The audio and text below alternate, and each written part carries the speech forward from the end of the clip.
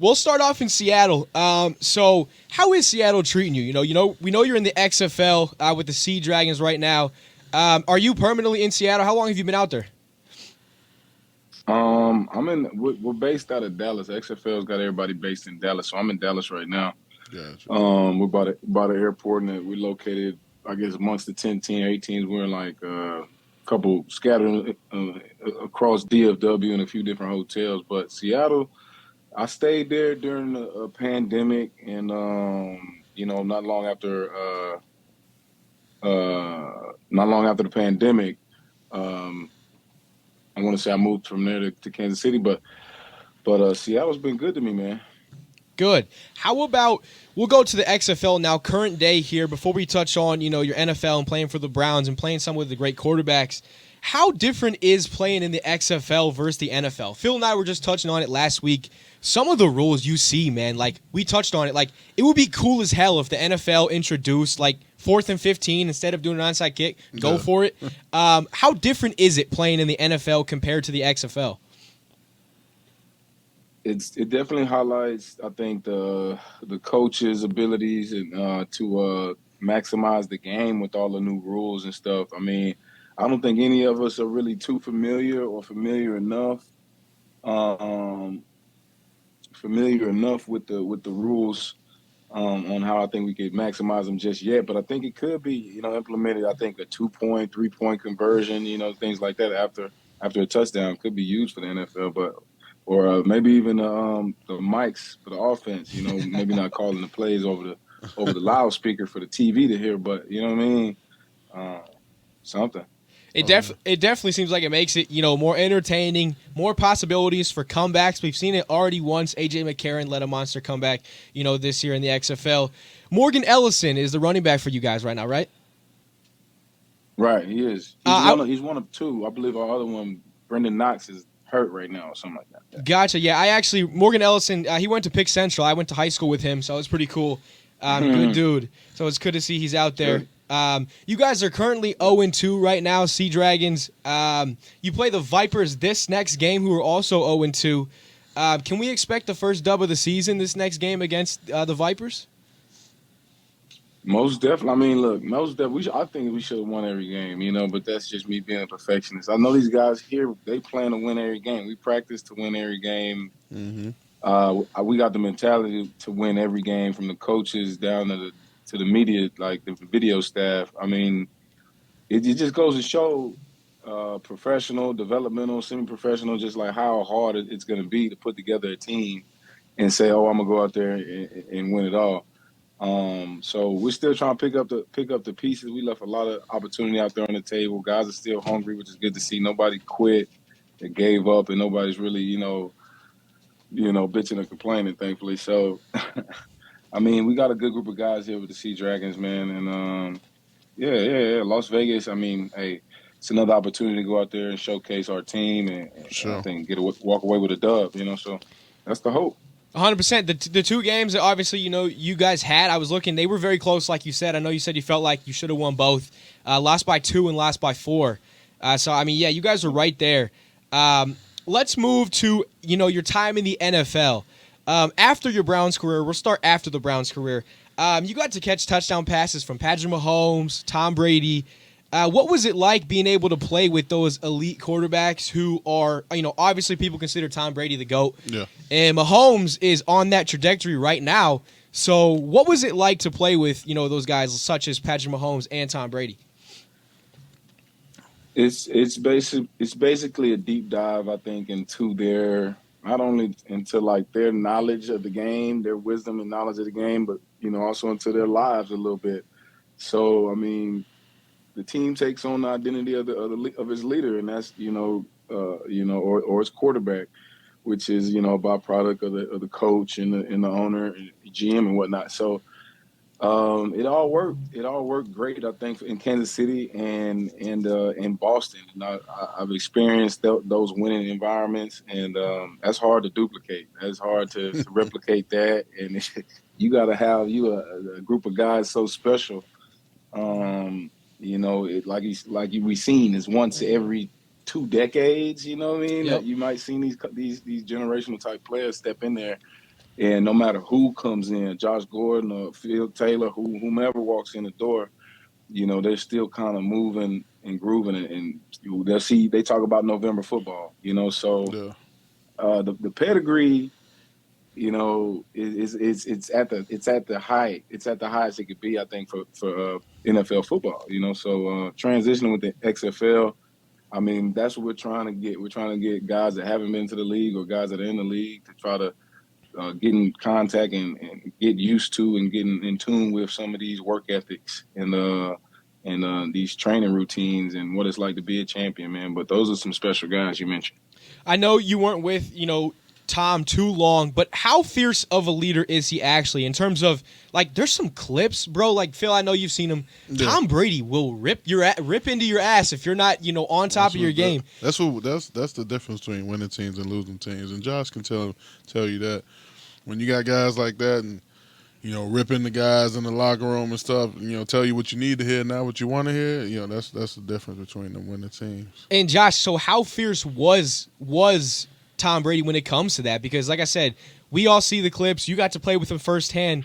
There's some clips where he is digging into you there on the sideline. So, how fierce of a leader is he vocally? I mean, it's it's not for everybody, man. Because I almost want to be careful what I say. They'll be like, "Oh no, you might come off as he's a company man or whatever." But I'm being dead serious. When you're in the environment and you got to know you got to sacrifice all that ego, all that pride, anything that you knew and loved prior, your identity prior to this moment, with these type of players, with this type of pedigree of men.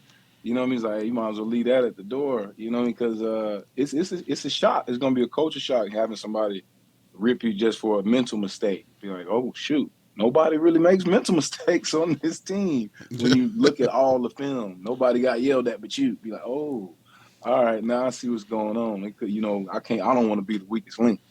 So when that becomes Sure. more the normal, mentality for you, you kind of grow. It's bipartisan, leadership. It grows on you, and it grows in you, and before you know it, you're taking on the same traits of a Tom Brady or Patrick Mahomes without even noticing what your work ethic or your attention to detail. And these guys they're so honed in on it that as soon as they could read it or see it, smell it a mile off if something's wrong, and if not, you can help the team or not. They'll let you know that as well.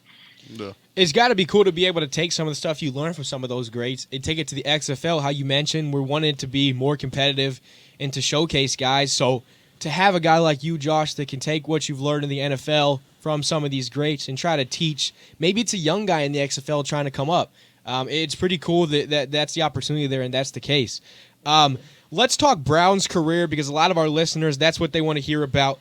We all know the electric start you had to your Browns career, especially in 2013. 1,600 yards, 9 touchdowns. You were catching passes that season from Brandon Weeden, Jason Campbell, and Brian Hoyer. What was it like catching quarterbacks and putting up those numbers from 3 different quarterbacks? Like, it's got to be something as a receiver I want to hear too, like building that rapport with different quarterbacks. I know media says it, some players have said it. It's very important. So be able to put up those numbers with 3 different quarterbacks is damn impressive for sure. No, yeah, it's when I look back at it, I still sometimes, I kind of shrug I don't really know, but I major shout out to the offensive line. A lot of people don't even realize who we had at O-line at that time. Alex Mack went on, the greatness, everybody knows Joe T. Yep. And we had guys bounce around from team to team that was just there for a season or, not even. But so the quarterback had opportunity, all 3 of those guys, and the timing just had to be right. I guess for one season, had the right offense, and I was in shape to do it, So I was blessed really with me just falling into, I think, an opportunistic standpoint in time, with the Browns, a team that was needed to throw the ball, needed to stretch the field. They could always run the ball. Peyton Hillis was on the cover, not a couple of years ago. Facts. So we was like, So that's what they wanted me to do, and they allowed me to do that, and I was fortunate for it, and it's, it's followed me this long, man. So I'm blessed. What does the city of Cleveland mean to you to this day? It's funny. I have some buddies, I'm 21 years old, so I'm young, but, growing up, like, I had some buddies, I texted them, like, hey, I'm hopping on with Josh Gordon today, and some of the buddies would text me, like that's my favorite Brown of all time. Like, when you were in Cleveland, like, I know you've seen it, like you said, but people, you were great. So what People, does... The fans still love him. To this day, everybody... I see tweets all the time when you're, in the Browns Twitter community when Josh Gordon's scoring touchdowns in the XFL. It seems like Cleveland, bro, like everyone's rooting for you. So what does Cleveland mean to you, and what's something that you really took the most from Cleveland that you love or you might actually miss? Do you miss Cleveland at all? It could be it could be the nostalgia for that orange. I don't know. With that orange we got over there in Seattle right now. But no. I don't know. Much love to Ohio, man. I think that it always have a special place in my heart. I mean, like I mentioned before to you guys before we started, I got family out there. I think I'll end up back in Ohio at different points in my life forever. So it's where I got my start in the league. I'm grateful for the Browns organization to give me the opportunity and introduce me. Really, I think to the league and to what was to become. So holds a special place in my heart. The fans there, I've never seen anything like that environment and that excitement Sure. since I played in Cleveland. You know what I mean? Any other team. I mean, I'm talking about Boston, Sunday night, Thursday night with Tom Brady. I mean, even still, the energy at First Energy Stadium. I think that's what it was. I don't know if it's called that now, but Yep. yeah. In Cleveland, it was ridiculous. All on the streets, people everywhere, jumping on cars after big wins. Ridiculous, man. Sure. So it's a tough environment, man. If Cleveland wins, they're gonna, shit. Like we always said, if the Browns would win the Super Bowl, that's the mecca of the football world for us. So Yeah. it'll go up, Should man. be lit. Cleveland knows, man. It's always gonna be love with Cleveland. It's just the riff has always been me in the front office. After that, it's but me in the city. Yeah, I think we locked in, so I appreciate them. Appreciate y'all for sure. 100%. Do you have a favorite moment on the Browns, or you and Phil? You got something, a moment in 2012, 2013? Something happened. Was it, Josh? Was it just the whole season, or was there one thing in Cleveland that was your absolute favorite all time moment being in brown and orange? It could have been right before you got there, during a season, after. One thing that comes to your mind that you're like, damn, that's my Cleveland moment. Man, I'm not sure if there's a moment that sticks out to Phil. 'Cause we overlap those times, same like in college, at Baylor and stuff. So I know his experience in getting drafted and going. I know that's different than mine. I feel like I done lived off of his experience low key and be like, man, I made it because Phil made it. The next thing I know, I'm on the same team with Phil. Yeah. So my best experiences was like getting drafted and being in the league, regardless of the team. Really, I mean, I know it's about Ohio, but you know what I mean. So, but for me, it was just like, all right, I'm with my peers, I'm with my homies from college at that, and then and he's introducing me to other professional young men, Joe Haydens of the world, and they're putting me on game and showing me more about life and more about how to work hard and how to be a good player. Guys like Phil taught me how to work hard. Guys like Joe Hayden, guys like Joe Thomas, they taught me, the ins and outs. So those are my golden moments, you ask me. Oh, yeah. I was excited, man. When they were like, we getting Josh, I was like, yeah. Because I always tell them the story, man. I was like, people like, he's a big receiver. I'm like, but y'all don't know. Like, Josh ain't grown. Josh was that size when I met him in Baylor. The first time he came in there, same, like tatted up and everything. I said, where y'all get this grown man from? Like, for real. First day of practice out there, up top, everybody getting it. I think what took people off guard too, Josh, is like Phil said, how big you are, but like he was quick. Yeah, he can move. Yeah, I mean, Coach Kaz, open you up. Coach Kaz, man, he got TCU right. You see it. It translates. I'm just saying. We don't want to take too much of your time, Josh. Couple more questions before we let you go, man. Thoughts on the current Cleveland Browns? They got Deshaun Watson at quarterback now. They brought in Amari Cooper, got DPJ. Obviously, on the defensive end, you got Myles Garrett, you got Denzel Ward. What are your thoughts on the Cleveland Browns right now? As you mentioned, you're exactly right. If the Browns win a Super Bowl, that city, everyone thought that Cleveland Cavs parade was huge. If the Browns win, it's over, like Josh said. But For sure. what do you think of the Cleveland Browns right now? I think they're in a good spot. They're in win now mode for sure. But with the pieces they put together, what do you think? I've got drafted in 2000. Since I got drafted in 2012, this looks like the closest roster, top to bottom, that is going to put the Browns in the AFC Championship. I mean, they've always had a defense. Now they just got a consistent defense. Like, I mean, you know what you're getting now out of these guys. If you keep Miles healthy, things like that.